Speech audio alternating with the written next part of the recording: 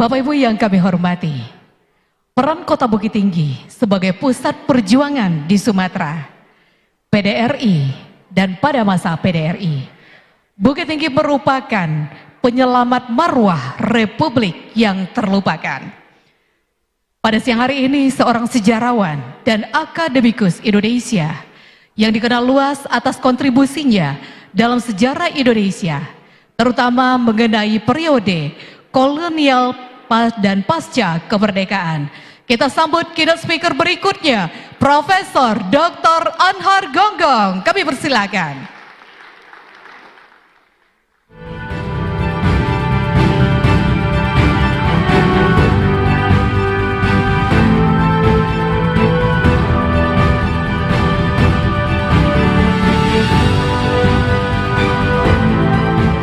Kami persilakan dengan segala hormat kepada Kepala Dinas Kebudayaan Daerah Istimewa Yogyakarta untuk menempati tempat duduk bagian depan. Terima kasih.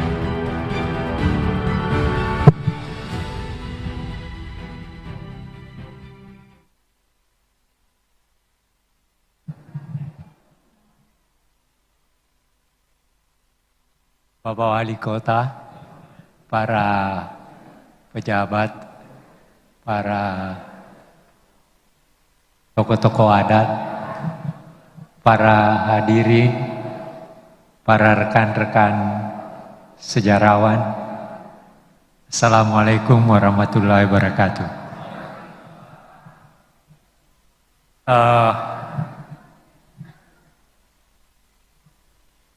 Kata Kota Perjuangan pasti benar,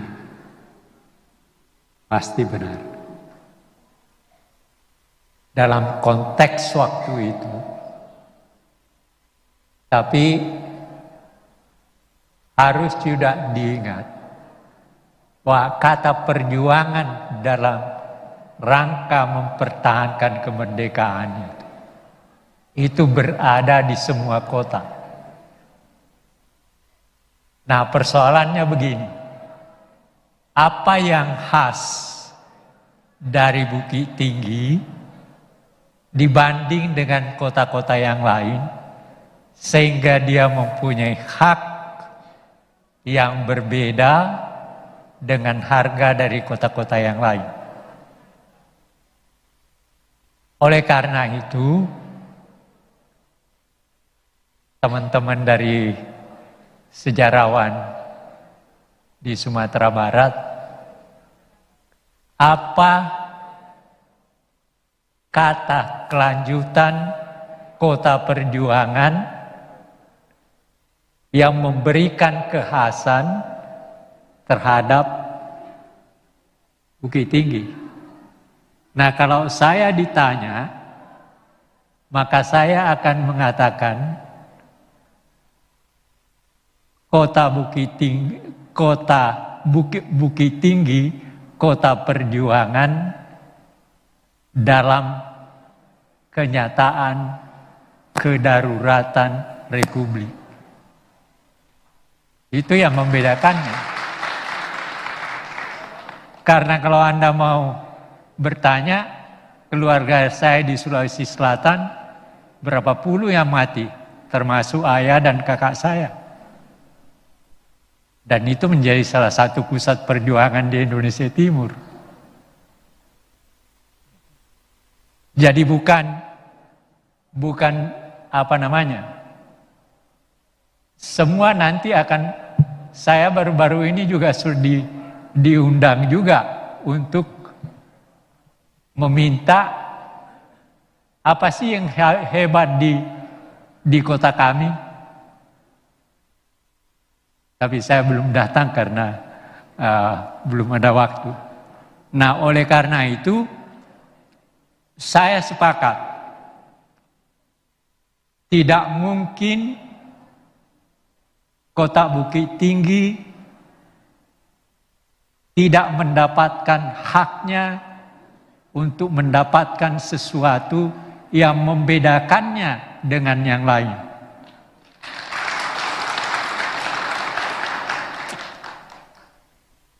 Gitu. Tapi saya ingin memberikan sedikit perspektif begini. Harus diketahui bahwa ketika kita memproklamasikan kemerdekaan dan mempertahankan kemerdekaan, sebenarnya kita berada dalam situasi kritis dalam rangka perang dingin. Dan itu mempunyai arti. Ada satu hal lagi, yaitu terjadinya peristiwa Madiun. Jangan melihat peristiwa Madiun sekedar sebagai sebuah peristiwa pemberontakan dari sebuah kekuatan ideologis. Tapi dia mempunyai arti lain. Dalam arti apa? Dalam rangka perang dingin ketika itu, dua kekuatan ideologis, kapitalistis, liberalistis dipimpin Amerika Inggris, Eropa Barat, Marxis komunistis dipimpin oleh Uni Soviet, Eropa Timur. Ketika terjadi peristiwa Madiun, sebenarnya Amerika itu sebelum terjadinya peristiwa Madiun, dia mendukung Belanda. Amerika mendukung Belanda. Tapi ketika terjadi peristiwa Madiun, Amerika menunggu apa sikap pemerintah Soekarno-Hatta terhadap persoalan itu. Nah, kemudian ternyata Soekarno dan Hatta menyatakan kepada rakyat Indonesia, pilih Soekarno-Hatta atau pilih musuh. Ternyata yang terjadi adalah bahwa pernyataan Soekarno-Hatta Soekarno itu menyebabkan Amerika memberikan dukungan kepada Indonesia. Nah, ada hal yang menarik di situ. Apa? Ketika Belanda akan melakukan penyerangan agresi kedua, maka yang terjadi adalah apa? 3 petinggi utama Amerika berdiskusi tentang sikap Belanda yang akan melakukan penyerangan kepada Indonesia. Menteri Luar Negeri, bayangkan, Menteri Luar Negeri Marshall, wakilnya Covid, dan salah seorang pembantunya bertiga mendiskusikan kalau Indonesia diserang oleh Belanda, maka sebenarnya ada hal yang harus kita perhitungkan, bahwa posisi Indonesia untuk waktu puluhan tahun yang akan datang itu akan sangat penting. Sehingga Amerika sebenarnya memberikan peringatan kepada Belanda agar supaya jangan melakukan serangan itu.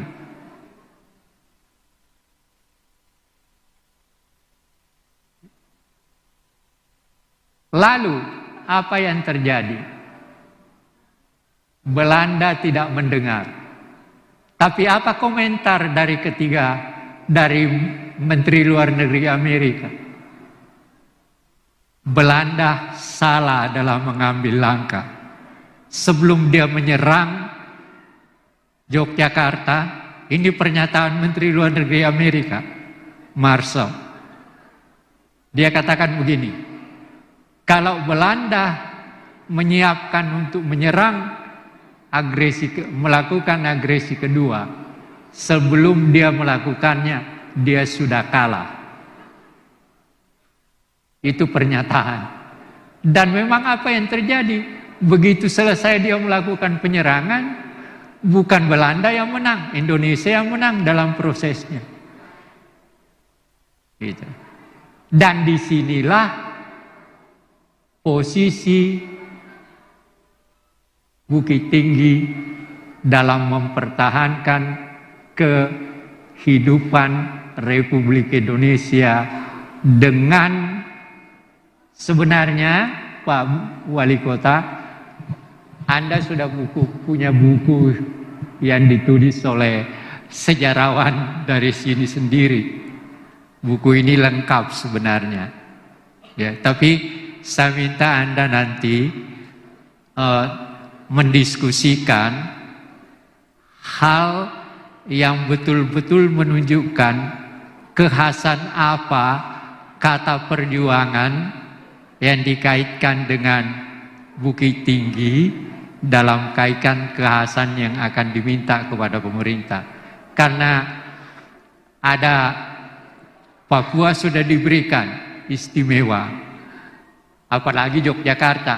Nah, kesulitan kalau sekedar menggunakan kata perjuangan, ya Yogyakarta dalam arti kata sebagai ibu kota kedua akan menjadi hal yang memiliki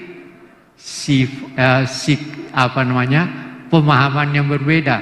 Oleh karena itu, sekali lagi saya katakan, Bukit Tinggi adalah ibu kota atau kota yang punya kekhasan dalam perjuangan, tetapi harus ditunjukkan betul. Dan saya meminta kepada guru-guru, nanti kalau Pak Wali Kota sudah menemukan itu kata perjuangan apa, tapi saya pastikan jangan lupakan Bukit Tinggi dan PDRI. Jadi nyambung antara keduanya, sehingga orang tidak akan bisa membantah bahwa memang Bukit Tinggi tidak bisa sama dengan yang lain. Seperti kalau orang mengatakan Makassar pasti tidak bisa sama dengan ketika Westring membunuh 40.000 rakyat Indonesia di Sulawesi Selatan. Nah, ini yang penting dipikirkan Pak Wali Kota dan para pejabat hadirin yang terhormat. Posisi itu sangat penting. Dan memang apa artinya itu? Sebenarnya begini, ada satu hal yang harus diingat pada orang Minang, pada orang Minangkabau. Dalam pergerakan nasional, Pak, pergerakan nasional 08 sampai kita merdeka, Nurholis Majid, ketua HMI yang hebat, pernah mencoba menghitung berapa banyak tokoh-tokoh asalnya dari mana yang menggerakkan pergerakan nasional. Apa yang ditemukan oleh Nurholis Majid? 60% dari pemimpin pergerakan nasional adalah berasal dari Sumatera Barat.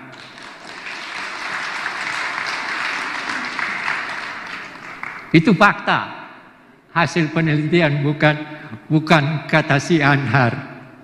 Ya. Dan yang melakukan itu seorang doktor yang hebat, intelektual terbaik yang pernah ada di Indonesia. Itu. Nah, selanjutnya apa? Tolong, hal yang perlu diingat juga, bahwa republik ini ditegakkan oleh orang-orang yang terdidik, tercerahkan, orang-orang yang memiliki kejujuran dan keberanian.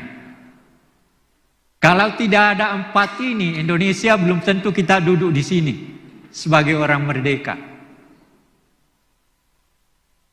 Belum tentu. Ada orang terdidik banyak. Tapi kalau ininya hebat, tapi ininya beku, Apa yang dia bisa lakukan? Dia bisa jadi pengkhianat, dan ada sekian banyak orang yang melakukan hal seperti itu. Jadi terdidik dan tercerahkan itu tidak bisa dipisahkan dalam perjuangan.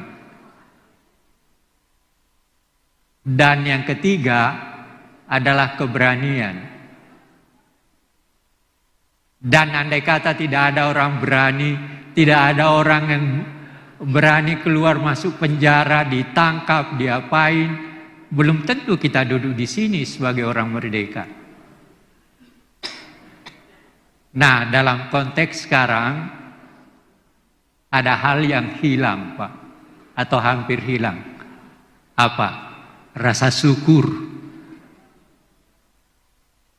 Pencuri, koruptor itu kan orang kaya semua. Orang punya kedudukan banyak. Kok dia nggak syukur sudah punya kedudukan seperti itu masih menggarong? Jadi yang mulai hilang di kita dalam konteks sebagai seorang yang beragama, rasa syukur. Dan kita tidak akan merdeka, kita tidak akan menjadi bangsa merdeka untuk berjalan tidak sekedar di tempat, tapi berjalan maju kalau kita kehilangan rasa syukur. Karena itulah yang akan melahirkan korupsi yang tidak akan pernah habis. Coba bayangkan, Pak, dalam jangka waktu 1 hari, 2 hari, 3 atau berapa orang yang ditangkap. Dan orang itu adalah orang-orang kaya. Bayangkan MBG-nya saja dicuri per bulan 1 triliun. Berapa rumah untuk rakyat kecil bisa dibangun andai kata 1 triliun itu tidak dicuri oleh orang-orang yang tidak tahu bersyukur. Nah, Pak Wali Kota dan para hadirin yang amat saya hormati, inilah penyampaian saya dan saya mendukung Anda. Saya tentu tidak mungkin menyalahi kenyataan sejarah bahwa Bukit Tinggi memiliki sikap, memiliki kenyataan yang berbeda dengan daerah-daerah lain, dengan kota-kota lain dibanding dengan kota-kota di dalam periode kemerdekaan itu. Khasnya ada dan tidak akan pernah ada yang menyamainya. Terima kasih. Assalamualaikum warahmatullahi wabarakatuh.